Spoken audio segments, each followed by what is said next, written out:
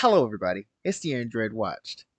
I don't know why I did my other intro. I was keeping you on your toes. Anyways, welcome to the Android Watch season 2, and I decided to kick season 2 off with one of my favorite movies. Reason why I'm wearing the Batman shirt. We're gonna be talking about Batman Forever. Now, before I get into the breakdown and the review and blah blah blah, I'm gonna give you guys a little bit of a breakdown of how this movie came to be, and also the other movie that we're gonna talk about in another video because we don't need to talk about that today. That's a story for another thing. So it's fine. It's fine. Anyways, back in the 1980s, Tim Burton was tasked of making a Batman. A movie so hyped that he didn't even have to make a full movie poster of. He literally just put the bat signal on a piece of paper and people got fucking excited. A little bit later, the news came out that Michael Keaton would be playing Batman. To everybody's dismay, because Michael Keaton was more of a comedic actor at the time. And people were like, this guy, the comedian, becoming our dark and scary hero Batman? It was crazy. A little bit later, the cast would come out more and more. Jack Nicholson playing the Joker and, others and all that stuff. And the movie was a great success despite the controversies. And then Batman Returns came out. Because of course you gotta make a sequel to this giant-ass cash cow. So, Tim Burton made the second one. Now the thing is, the second one was a little more gritty. Of course it had a bigger budget. Of course it had more hype actors. Danny DeVito playing the Penguin. Michelle Pfeiffer playing Catwoman. Others. And the movies, it was still a good movie. It's just, what the fuck, Tim Burton? What the hell's all this shit? You crazy son of a biscuit. Anyways, so Tim Burton, Warner Bros. Really had to go ahead and do some things. Warner Bros. Really went, these movies are kind of targeted toward kids. We gotta sell toys. Hey Tim. Yes. What the fuck is this? It's my movie. It's Batman Returns. Do you not like? Of course we don't fucking like it. The Penguin just groped someone and Catwoman just licked Batman's lips. We're selling this to kids. What are you doing? I'm making art. Okay, we're not firing you. Okay, Tim? We love you. We love you, Tim. We're just gonna demote you, okay? You can be the producer on the next movie, okay? Is that good? Is that good? Is that good? We're not angry. We're disappointed, but we love you. Okay, we're making you the producer. And that's pretty much how that conversation went. So, Warner Bros. Had a dilemma on their hands. They were either gonna fire Tim Burton and to completely be done with the franchise, or oh, hi, Joel? Hello. Yeah, Joel, do you know Batman? I know of him. Right. Do you know about our Batman movies? I know of them. What the hell was Batman Returns? Why did the Penguin grope that woman? Yeah, that's actually what we called about. See, we kind of demoted Tim to producer.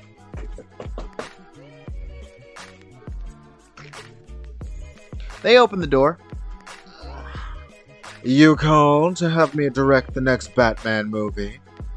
And that's pretty much how these movies went to go. See, Warner Bros. Wanted to do something a little more family-friendly and lighthearted. They decided to hire the gayest director at the time, Joel Schumacher, who was out as a gay man. Of course. So, essentially, Joel Schumacher did what any celebrity in the 1990s would do and call in a shit ton of favors. He called in Val Kilmer, Chris O'Donnell, Jim Carrey, Tommy Lee Jones, and basically re-scripted the entirety of the Batman franchise. After Tim Burton made it dark and gritty, Joel Schumacher decided to make it a little bit more lighthearted. So, that's how Batman Forever came to be. And Batman Forever is by far my favorite of the Batman movies. And that's what we're going to talk about. Again, we're not talking about Batman and Robin. That's a movie for another day. Trust me, you do not need to worry about it. Please, do not worry about it. We decide to open with Batman like any typical Batman movie would do. We open with Batman suiting up. And of course, he's played by not Michael Keaton, Val Kilmer. Val Kilmer was very hot in the 90s. Physically and metaphorically, of course. Val Kilmer. Oh, there's another reason why I'm doing this. It's Pride Month this month, and I'm continuing this whole little trend of gay stuff, and Joel Schumacher being the gayest of gay directors in the 90s, and also Val Kilmer in this movie kind of essentially portraying Bruce Wayne as a gay man, along with George Clooney in that movie that we're not going to talk about. And yeah, that's just, it's fine. Just look at it through the queer eyes, but also don't look at it through the queer eyes, because he does a lot of flirting with Chase Meridian in this movie. But we're gonna talk about that later. We open up with Bruce Wayne suiting up to go fight some crime, and of course he comes out and have a little bit of a scamper with Alfred. But of course, you know, it's very cute because Alfred is the best butler you can ever get, ever. He has no killing rule. Alfred will shoot your ass if you come on the premises.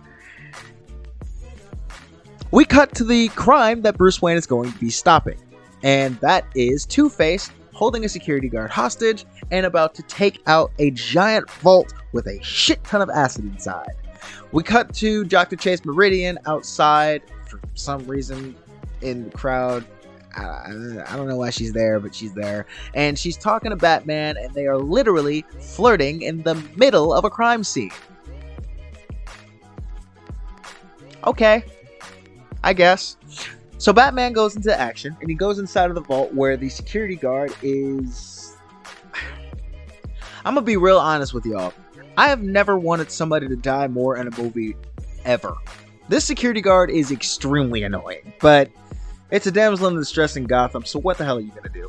So Batman does some things, and things happen, and people are doing some things, and Batman basically saves the day by doing the most badass thing possible. He takes the hearing aid from the guard, and he cracks the safe code, and he saves the security guard by opening the hatch and sending the vault back inside the bank, safe and sound, exactly where it was. Because he's fucking Batman. What are you gonna do? He goes back up. Oh, Two-Face is on a helicopter, escaping, by the way, because he's a fucking little pussy ass bitch. No, I was kidding. And yeah, they fly into the Statue of Liberty. I don't know why the Statue of Liberty is in this movie, but it is. I guess. So they're saying that Gotham City is in New York somewhere? I don't think that's canon, but we'll say it's canon for the sake of being canon. But it's funny because it's a Gotham version of the Statue of Liberty. It literally says Gotham on the crown. Anyways, in a very cinematic explosion and a dive into the water, I don't know how the fuck Two-Face survived. But hey, property damage.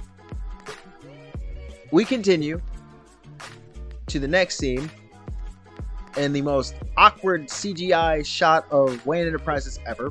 But Bruce Wayne is coming inside and I guess checking up on the place, and we meet Edward Nygma, my favorite character in the entire movie, played by Jim motherfucking Carrey. The hottest of the hot actors in the 90s, because Jim Carrey was a fucking psycho. Jim Carrey is, the Riddler, Edward Nygma, is deciding to tell Bruce Wayne about his invention, which is called the box, which is a thing that you place on top of your head, and it basically makes 3D television without the glasses. Because technology in the 1990s. I guess 3D technology was all the rage back in the day. But, yeah. Jim Carrey's boss is also very embarrassed about this entire situation because, of course, it's Bruce fucking Wayne. What are you gonna do? Bruce Wayne is one of the most famous people in all of Gotham. But unfortunately, duty calls and Batman has to go, and he basically makes an excuse, telling Edward that there's just too many questions. Why the fuck am I here to do all of this shit. Like, this is scary. Like, you're basically being a mad scientist right now.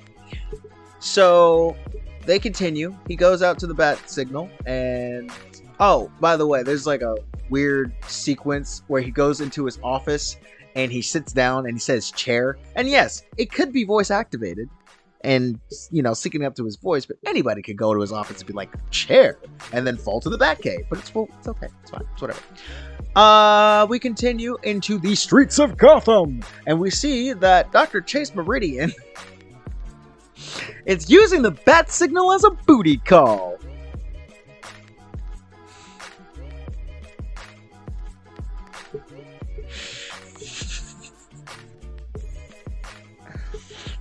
Man, I love this movie so fucking much. Dr. Chase Meridian basically wants to fuck the ever-loving Christ out of Batman. And Batman's like, honey, you don't want this. I'm a little crazy. I'm a little neurodivergent, alright? You don't want this. I'm an orphan with a lot of issues, okay, honey? Like, you fine as hell, but like, no.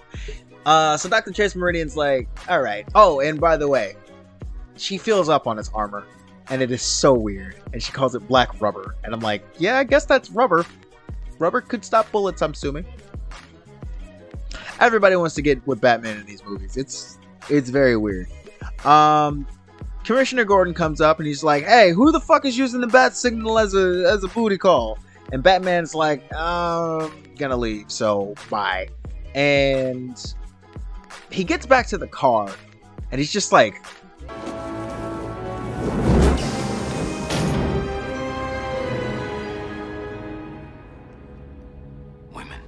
because that's every man in the fucking 90s, but shit, whatever.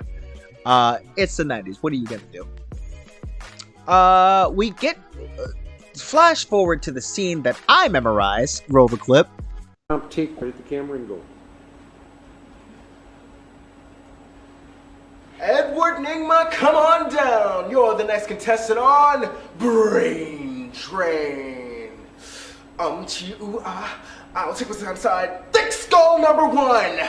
What do we got for him, Johnny? Oh, we got a breakthrough. A breakdown? Maybe. Oh, but nevertheless, I'm smarter. No, I'm a genius. Secro geniuses. A fraggle. A swarm. A flock of frickin' Freuds. Riddle me this, Fred. What is everything to someone, but nothing to anyone else? You're mine! And mine comes with the power of yours.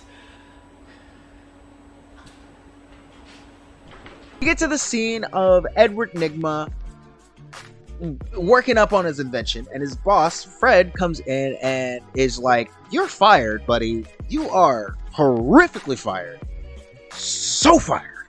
And Edward decides to put the box, knock him the fuck out, of course, and strap him into the box.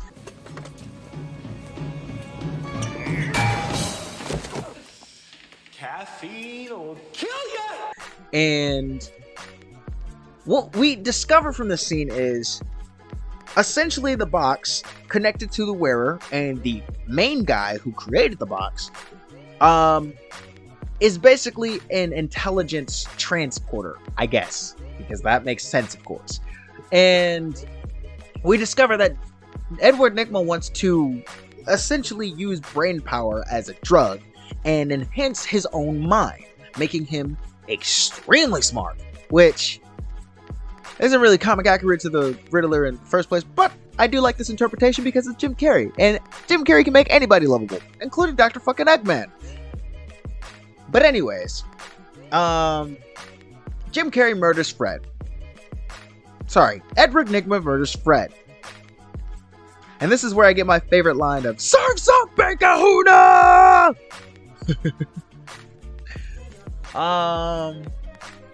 Yeah, so Fred's dead. That's what I said. And we continue onward to the next day in Wayne Manor, where Bruce Wayne is inside and he discovers that the manor just died. And oh my god, Jim Carrey is so good in this role. This is what Jim Carrey inspired me to become an actor. one of the many celebrities that inspired me to become an actor. But Jim Carrey inspired me to become an actor strictly from this role because I absolutely love this part. Why? Oh, why? Just can't believe it. 2 years working in the same office. He was like my father, my brother, cousin that visits all the time. Get a grip, Edward. I found this in my cubicle. You'll find the handwriting matches his exactly, as does sentence structure and spelling. I couldn't possibly continue on here. The memories.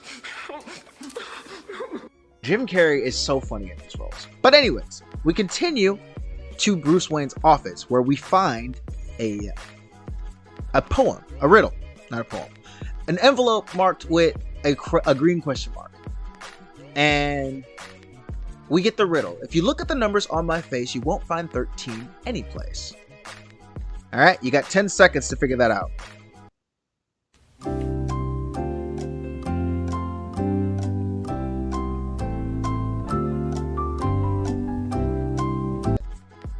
It's a clock.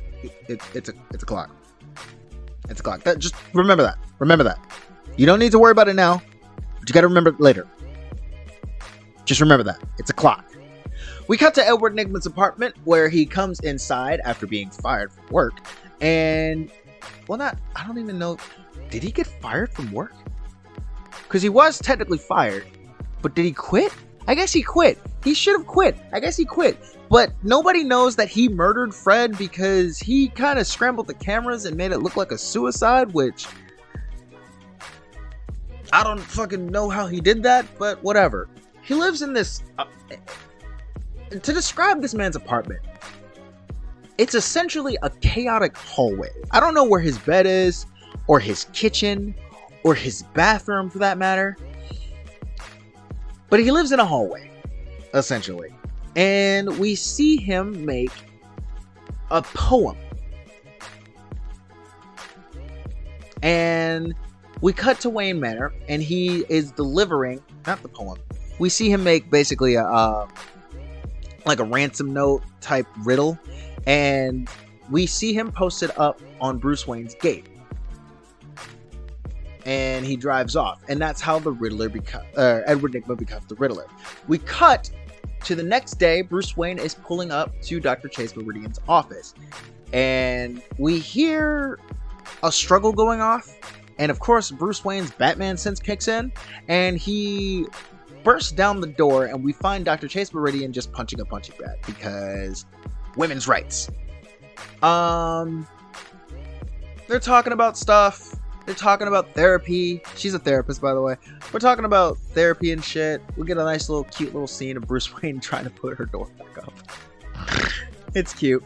And we continue through her office. We see Bruce Wayne, you know, looking at a mosaic that, well, he shows her the poem, and of course she figures it out. And then we see the next riddle. I don't know why I keep calling them poems. We see the next riddle. Tear one off and scratch my head. Which once was red is black instead. I'm gonna give you 10 seconds to figure that out.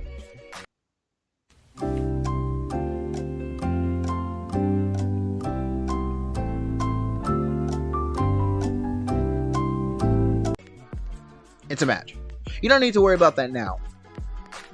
But you need to worry about that later, okay? Worry about that later. Cool? Cool. Keep that in mind. Clock, match. Got it? Cool. Dr. Chase Meridian is telling Bruce Wayne that he's dealing with a fucking psycho. So, yeah, you need to lawyer up, buddy, because, like, you might want to get a restraining order on whoever the fuck this is. Just be careful. Just be careful. Bruce Wayne is looking at some of her wall art, which is just an ink blot of obviously a bat, but, like, she's like, hey, it's whatever your mind comes up with. It's a bat. It's clearly a fucking bat. And then he picks up this charm dreamcatcher doll thing that's supposed to be like, oh, it prevents you from bad luck or something. I can't exactly put my finger on what it is, but it's voodoo. I guess, or something like that. But it clearly looks like Two-Face because, duh!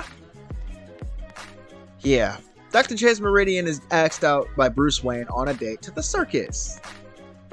And this is where we meet my second favorite character. Well, this is also, like, the part where we see Bruce Wayne's celebrity status. We get the most aggressively annoying, reporter woman. I think it's Vicky Vale. I'm not really sure if it is, but she's just a woman that's just extremely enthusiastic about Bruce Wayne's life. Who is this beautiful young woman you're with? Dr. Chase Meridian. A doctor? What kind of doctor? And one of the most annoying characters ever. We meet the Flying Graysons, though. That's very nice. They're just out there doing stuff. And Bruce Wayne casually is talking about work and therapy and stuff like that. And talking about rock climbing, asking her on another date. That man has... Wow, that man has a lot of riz.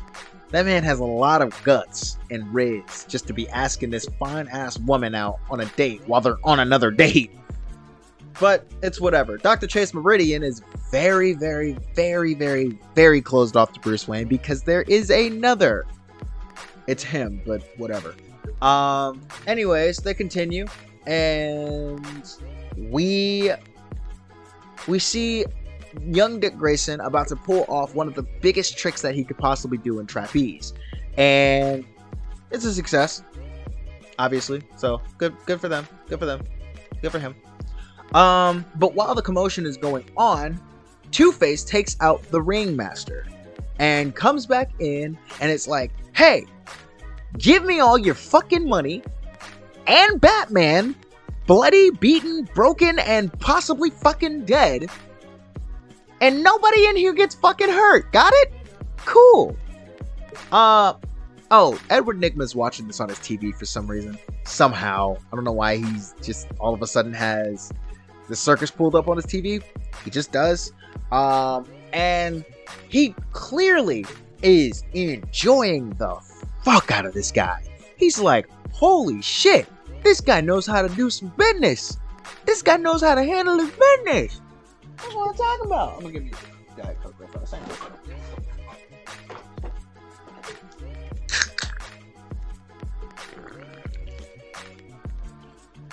This video not sponsored by Diet Coke, but I really wish it was. Anyways, Edward Nygma's like, oh my god, this guy knows how to handle some business. I like this fucking guy. They also set off a gigantic bomb. It's like 2 million sticks of TNT. I don't know where the fuck you got that from, but that's like all kinds of illegal. I'm sure you can't even find that on the black market.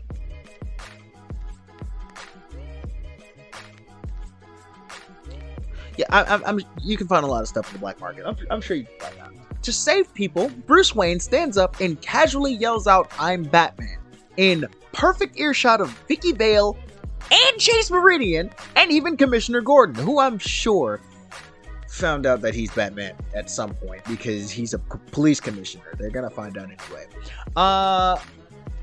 What happens here is the Graysons are going to help fight crime with Bruce Wayne, who's not in the bat suit. I don't understand how anybody could not have seen that Bruce Wayne was in his suit just fighting fucking crime. He's really not careful with his secret identity, but whatever. The Flying Graysons are going to help stop them, and Dick is tasked with bringing the bomb outside of the circus and disposing of it so nobody else gets hurt. But in the meantime, while he's doing that and while he's outside saving everybody's life, Harvey decides to flip the coin and kill the rest of the Flying Graysons right in front of Dick Grayson. Poor boy. We cut to the next scene at Wayne Manor. Bruce Wayne decides to adopt Dick Grayson. Well, keep him safe or something like that, because the city knows that Bruce Wayne is essentially just an orphan who adopts other orphans. They already know. And if they don't know, they're just like, he's an orphan. We just got a fresh new orphan. Nobody else in this city's an orphan, apparently. We'll give him to Bruce Wayne. He can relate. So they continue. We continue to the next scene of Dick Grayson coming in, he's got a little Robin on his helmet, which, you know, nice little nod. And they come into Wayne Manor, and Commissioner Gordon leaves, and Dick Grayson's like, all right, well, I'm gonna go ahead and leave too, because fuck this place. I'm just gonna go be on my own because I'm a rebellious teenager. Fair warning, Chris O'Donnell was like probably 30 when making this movie. I don't know. I didn't look it up. And see, Dick Grayson at the time of his parents' death in the comics was like maybe 11, maybe 12. So yeah, Dick Grayson leaves, or is about to leave on his motorcycle because he can ride a motorcycle apparently. But Batman is like, or Bruce Wayne is like, hey, there's not a gas station for miles, so you ain't going nowhere on that bad boy. You're almost empty, homie. Come on to my garage. We can fill her up. And to keep Dick Grayson, he has a massive collection of cars and bikes because of course he does. He's a millionaire. And I want every last one of them. Those bikes are so beautiful. My God. To those of you that don't know, I am a massive Harley Davidson fan. I absolutely love bikes. Love motorcycles, all of that stuff. Especially like the old school, like rustic type that, like, you know, you could just drive around the city with. I do like Yamahas. I think that's the excuse me, I think that's the bike. Yeah, Yamaha or something like that. But Bruce Wayne essentially brings Nightwing in there to bribe him, or not Nightwing, Dick Grayson in there to bribe him, and Alfred comes in with a burger with onion rings topped on top of it for some reason. But hey, you know what? Yeah, he said, I guess I'll just go feed this to the dogs. But you know, Dick Grayson's like a teenager, so he's like, yo, Al, wait up, I want that. And he decides to stay. So Bruce Wayne, cut to Bruce Wayne in the living room, you know, just looking around. He's about to get a flashback about his parents and shit, because anytime he looks at roses fall to the floor, he automatically gets a fucking flashback. You know, just parental issues and shit like that. Because trauma. Yeah, it's crazy. He's basically dreaming about, you know, or not dreaming, but having essentially a flashback of his parents dying and shit like that, looking at the guest list in the book and looking at the thing, the fucking, I can't think of the name of the thing. But as a person with a dead mom, I can completely relate, so I miss you, Mom. Anyways, flash forward to Bruce Wayne, who's probably been standing there for a couple of hours, honestly, just reminiscing about his parents' funeral, which is fucking weird, but hey, you know what? It's fine. But he does say some weird shit, like he's saying, I killed him, but instead he was like, oh, no, Two-Face killed him. He killed that boy's parents. And Alfred's like, no, you said I killed him. And he was like, God, I guess I did. And then the bat signal came. So saved by the bat signal. That's a close one. Anyways, we cut to Dick Grayson looking at his Robin costume. Or looking out the window, actually. But he's gonna trash his Robin costume. He tells Alfred about the Robin on his helmet. And he tells him, hey, or Alfred's like, why is there a Robin on your helmet? Dick's like, oh, that's what my mom used to call me. My mom, one of the trapeze lines snapped, and I swooped down like a robin, and I saved them. And my mom called me her little Robin. So there you go. He told him to trash the trapeze outfit, but Alfred was like, I'll save it. I'll just keep it in this drawer. It's fine. Cut to Bruce Wayne chasing Two-Face out in the streets of Gotham.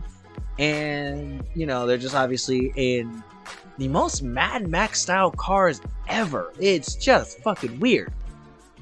This is just a chase scene. You don't really need to worry about this scene because it literally goes nowhere except shows off how badass the Batmobile is in these movies. This is the Batmobile that I want, by the way. This is the first Batmobile that I ever saw.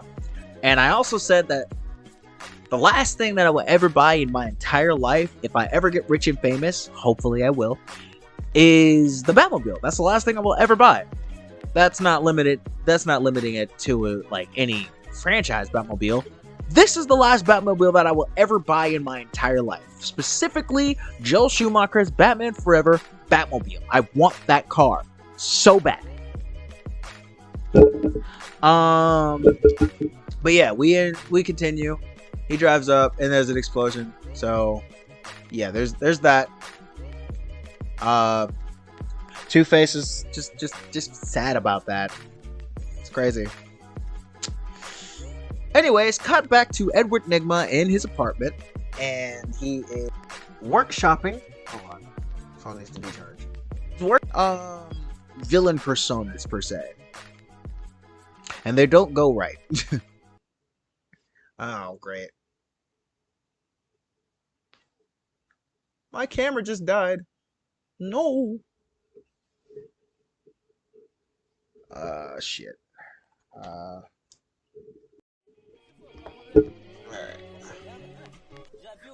Guess we're continuing like this. I had to move it to my actual camera. Anyways, we continue, and Jim Carrey is trying to figure out what his villain, Edward Nygma is trying to figure out his villain persona. He's looking up this thing on his website for some fucking reason, and he's just like typing in letters and shit. I don't know how this website works, but apparently it's like I create for your own villainware and shit like that. But did my video record actually? Yeah, we're good. So it's like I create for your own like villainware or whatever. So good for him for finding that website. But anyways, we cut to Two-Face's lair after the whole situation, and he's just contemplated on like, you know, how fucking terrible this whole situation is. And we get a fucking cameo by Drew fucking Barrymore. Why is she in this movie? She's one of Two-Face's goons ladies. They're both really hot, by the way. Oh my god, 90s Drew Barrymore. Fuck, she's hot. God, 90s Drew Barrymore is so hot. I say that with a girlfriend. Anyways, they're talking about conservative meals versus hell meals.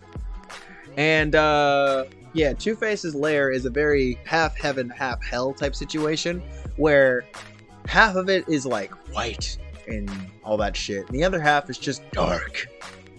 And then we get the Riddler's introduction in full costume and everything, and boy, oh boy, does he slay in every last costume. My goodness.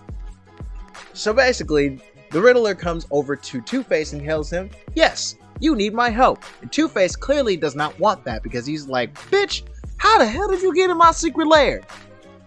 I'll kill your little ass. He pulls out this blocky ass gun, but anyways, he's like, says the best one-liner in the entire movie. Let's see if you bleed green.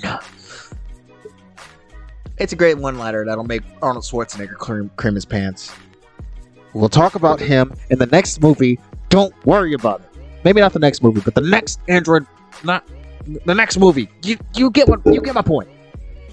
Riddler tells Two-Face everything he wants to know, and then he continues to display what he has. He has the box, a new and improved version of the box that actually does its job more properly and more potently, where it absorbs the life force of anybody's brain and shoots it into the person wearing the hub mind thing, I guess. Jim Carrey eats this roll up. My goodness, he eats this roll. But he somehow has boxes inside of Two-Face's mansion. You know what? I don't care. Anyways. So Jim Carrey displays the box and shows Two-Face everything he needs to know. And then they go on a nice little rampage of, you know, just showing people the box and all that stuff. And then we cut to Dr. Chase Meridian's office.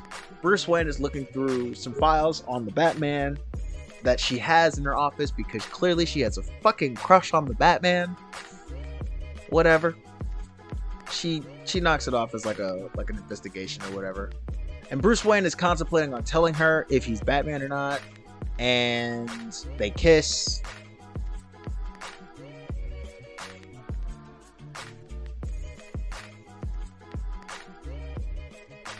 And he gets a call on his Apple Watch from Alfred. And Alfred, oh, by the way, Dick Grayson finds out that Bruce Wayne is Batman. So, yeah, he sneaks into the Batcave and steals the Batmobile, which is fucking crazy. Because this young-ass dude is like, yo, I'm Batman! And they're like, this ain't Batman, that's Batboy!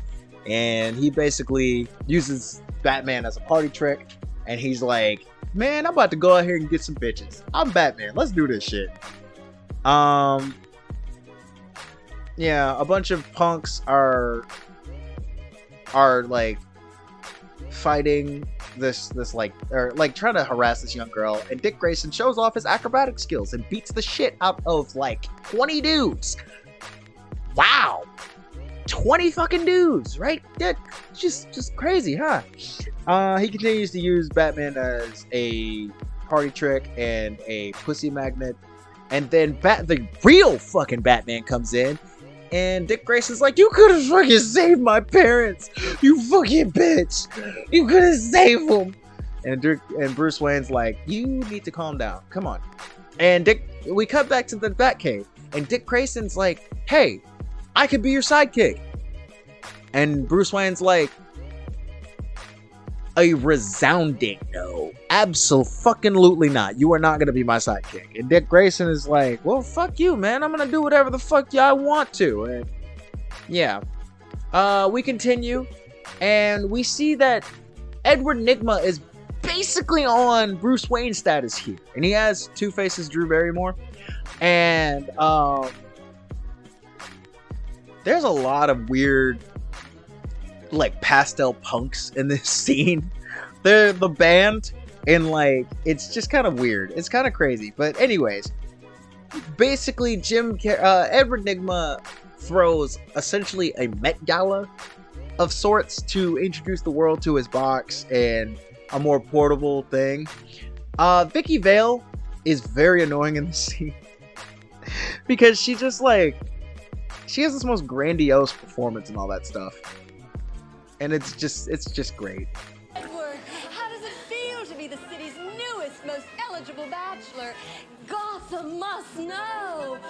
Oh, there's Bruce Wayne. Brucey!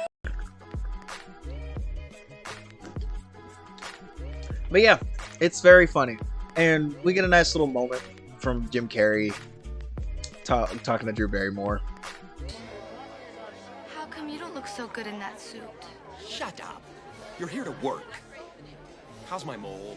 Fine. Mr. Wayne. But we also get a nice little shot of him basically mimicking Bruce Wayne and all that stuff. And like it's very funny. It's very funny. Jim Carrey is so good as Edward Nygma in this movie and all that stuff. And yeah, no, he's great. He's great. He offers Bruce Wayne to go into the standing box, which it shows you your most desired fantasies and stuff like that. And the audience reacts very early, but it is what it is. And basically, he wants Bruce Wayne to go in to show off what his secret fantasy is. And of course, Bruce Wayne doesn't want to do that because, well, his fantasy is he's Batman. He's just Batman. That's his fantasy, I guess. And, yeah. But Bruce Wayne goes in, he takes out the power core, and he goes inside of the thing. And then Drew Barrymore puts the other power core inside to show off that Bruce Wayne is literally Batman. It's great. We continue, and Two-Face comes into the Met Gala, basically, and he's just causing a whole bunch of chaos because he is Two-Face. It's great. I do love Tommy Lee Jones's performance here. Oh, he shoots out the entire giant box that's inside of the thing to stop the machine, and that's how Bruce Wayne is saved. But I do love Tommy Lee Jones's like physical comedy and I guess like consistency with, you know, of course having two faces. You know, he blows out both guns with both sides of his mouth. He drinks two things of wine. He has two different sets of dinner, two different sets of ladies. His suit is serving so much cunt. So much. Bruce Wayne comes in and he goes down to suit up as Batman. And everybody's panicking. Dick Grayson is also going to be suiting up as Robin, but we're not going to talk about that. He'll come in later. And yeah, people are just going nuts, and Two-Face is just crazy. And we get one of my favorite scenes. Batman crashes into the thing, and then there's just one random bystander going,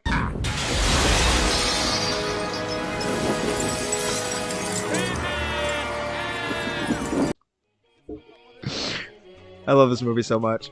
Batman beats the shit out of all of Two-Face's goons, by the way. Like, absolutely destroys them. Like, it's crazy. Meanwhile, Dick Grayson's going in and suiting up as Robin. I don't know where the fuck he is during all of this and all that stuff, but shit. You know, I guess he doesn't really need him. And Batman puts Dr. Chase Meridian aside, and he's like, it's not safe for you here. She's like, my balcony, midnight, please. And he's like, bang! And then they go and fight more crime.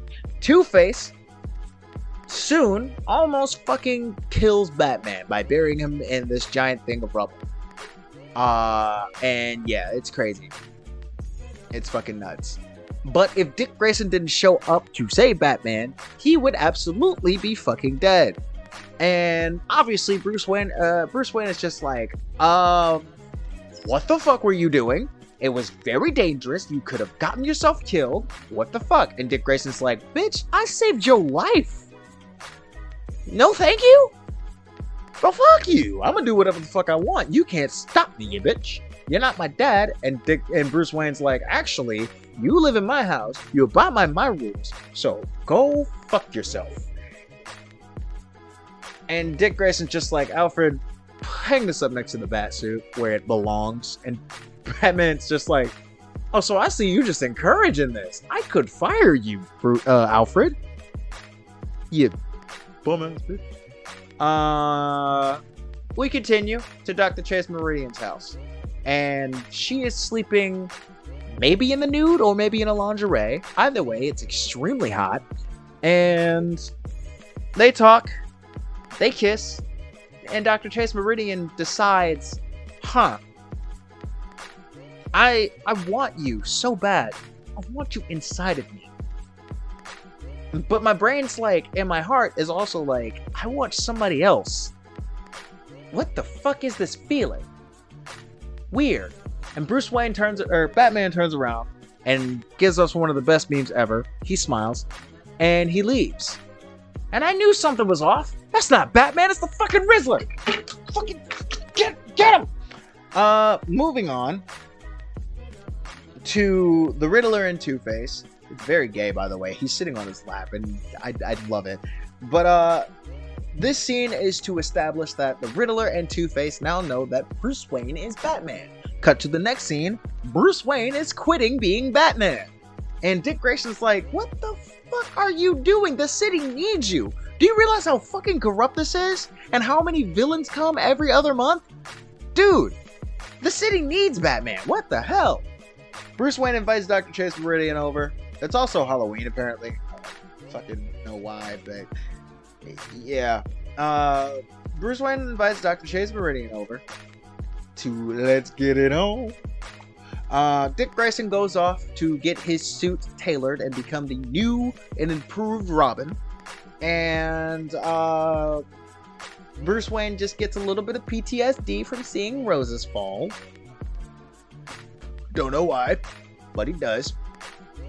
And Dr. Chase Meridian is therapizing him and all that stuff. And the Riddler and Two-Face show up to Wayne Manor.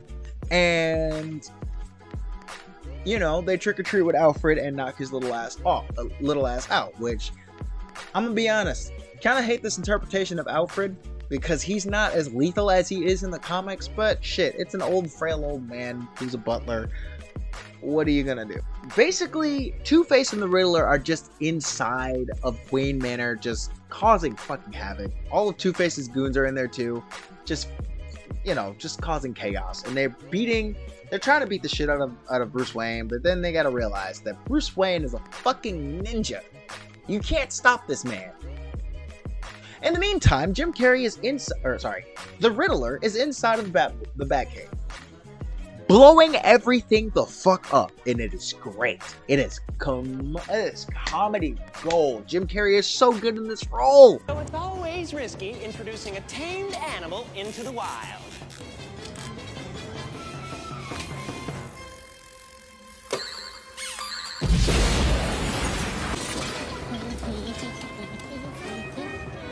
They may have trouble adapting to their new environment.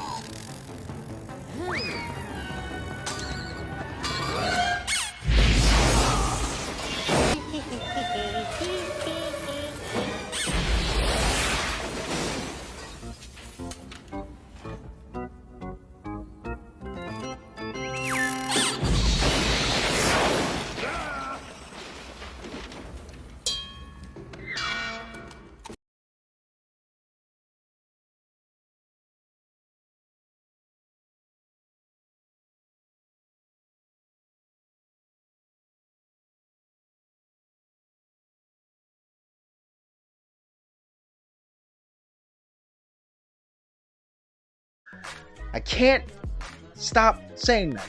Jim Carrey is so good in this role.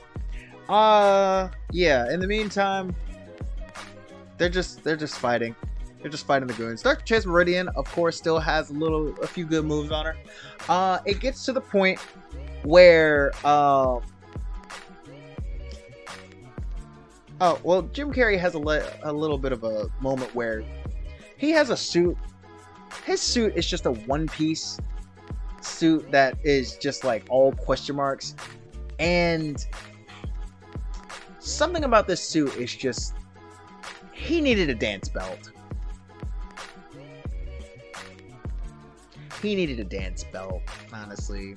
Two-Face is flipping a coin for Bruce Wayne, I mean, and he's been very lucky because Two-Face has been flipping that coin for about 5 minutes now, and he officially flips the coin to finally get the tails, and he basically grazes Bruce Wayne and knocks him out with a bullet.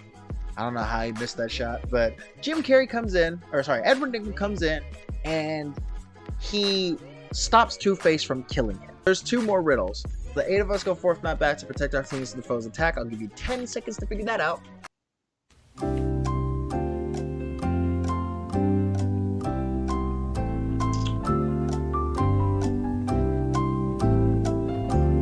It's chess pawns. It's chess pawns. And then there's one more. But Dr. Chase Meridian gets captured. And yeah, it's pretty wild. It's pretty wild. It's also pretty weird. But Bruce Wayne wakes up shirtless and with a stitch on his head. And ready to just fight everyone. We cut to a massive version of the box where all the technology and stuff are in there and all that stuff. And Jim Carrey comes out to Dr. Chase Meridian in a very Leia style trap where she's in a question mark couch, and God, I want this jacket that Jim Carrey is wearing now. Man, he is serving so much cunt. Anyways, man, Jim Carrey is so good in this role. I can't stop gushing over how good Jim Carrey is in this role. Like, he crushes it so hard. And then we get another shot of the Riddler putting a question mark over the bat signal, which, gotta say, that's pretty damn sick. So, alright. We're 5 little items in any sort. You'll find us all on a tennis court. I'll give you 10 seconds.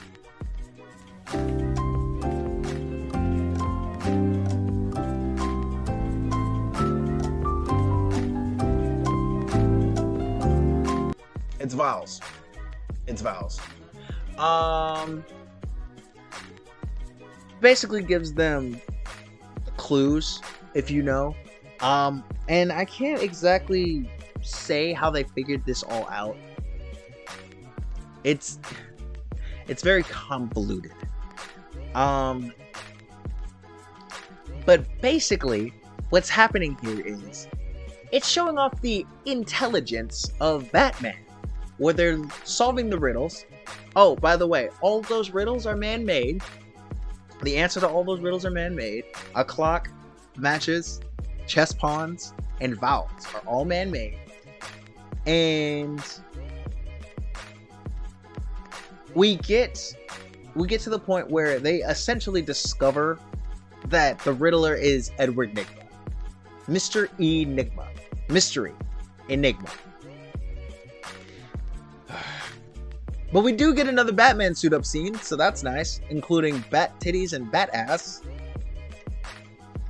Because we're gay. And then we also get the introduction of the new Robin. And I gotta say, I want to cosplay that suit. I want that suit.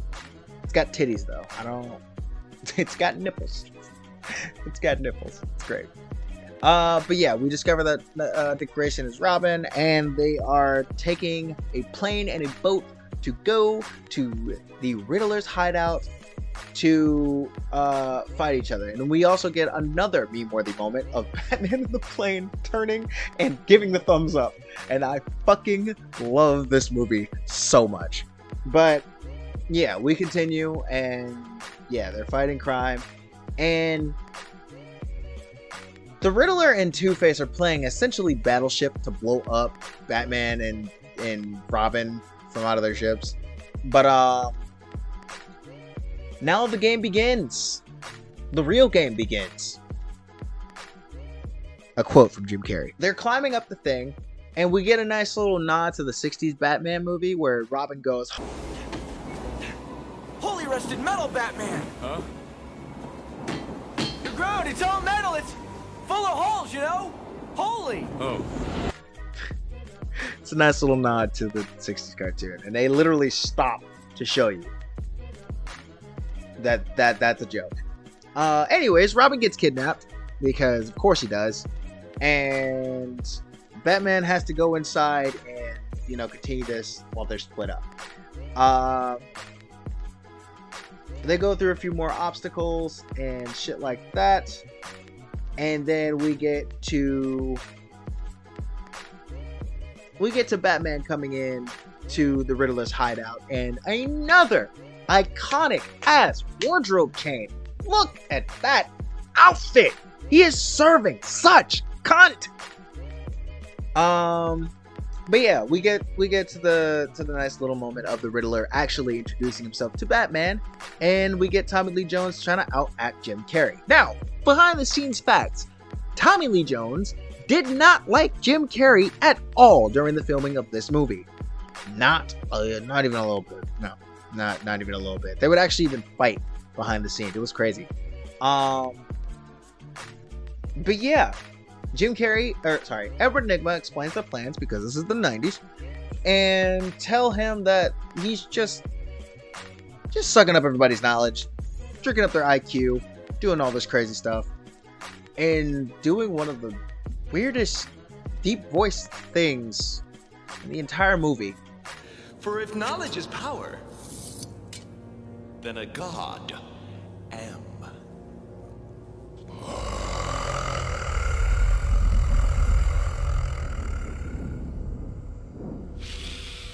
Was that over the top? I can never tell.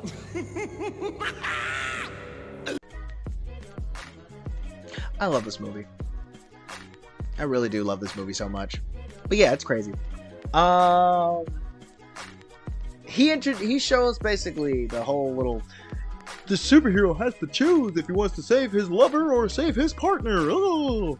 And what essentially happens is Batman saves them both and defeats Jim Carrey by breaking the giant box that's above his head and filling his head to a grotesque amount. Batman gives Jim Carrey a riddle. Of course, the answer is a bat. I'm not even going to give you 10 seconds to figure that out because, of course, the answer is that fucking obvious.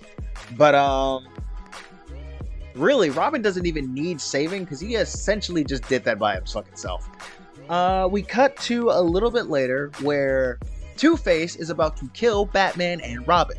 However, he flips his coin because that's his trademark, and Batman tosses up essentially like $20 in coins and kills Two-Face because, he falls to a watery grave. Really like not really like saving that no killing rule, Batman, because you just fucking murdered him. And I guess you could say that technically he didn't kill him. He did. Batman just murdered Two-Face. I hope you guys know that. Batman just absolutely murdered Two-Face. And we find the Riddler is just fucking fucked up, my guy. He's crazy.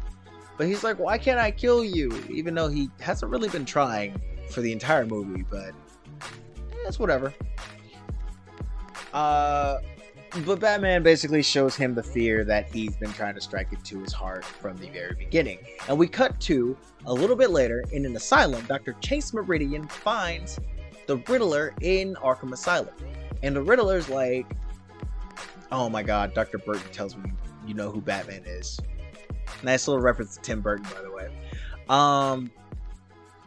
And she's like trying to figure out who Batman is because she already knows, and she's trying to figure that he knows who Batman is. And we see Jim Carrey was in a straitjacket, and he comes out and he's free of that straitjacket because he's the master of puzzles, because of fucking course he is. And yeah, they discover that he's just fucking crazy. So we continue, and Batman is still Batman and Robin is still Batman. I mean, Robin is still Robin. And that's the end of that. So, yeah, that was Batman Forever. And I gotta say, fucking love this movie. Absolutely. I don't care what anybody says. Nobody can make me hate this movie.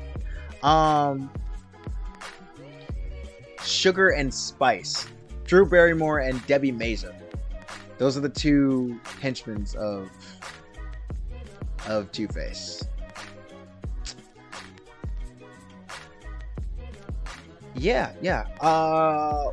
Well, anyways, that was Batman Forever. One of my favorite movies ever. This movie is top-notch. One of the best movies ever.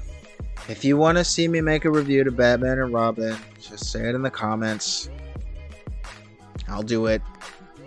It's gonna hurt, but I'm gonna do it. Yeah. No, I honestly, there's not a lot for me to say about this movie, like, to critique it or anything like that. I've always watched this movie when I was, like, a little kid. It was actually, next to the Sam Raimi Spider-Man movies and stuff like that, this was my introduction to superheroes. And this, along with Turbo, a Power Rangers movie, which I will talk about in a later date, and the Sam Raimi Spider-Man movies, those were all my favorite movies of all time. I love them so much. But yeah, Joel Schumacher really just made one of the best Batman movies to date after Tim Burton made the two Batman movies that everybody loved, but everybody was like, what the fuck? So yeah, if you guys want to watch the movie in full without my squeaky ass voice talking over it, it's on Max. Get Max or something like that. Do what you want. Or maybe find it at like a thrift store or something like that if it's not scratched up, or like VHS, whoever still uses VHS. But yeah, no, I absolutely love this movie.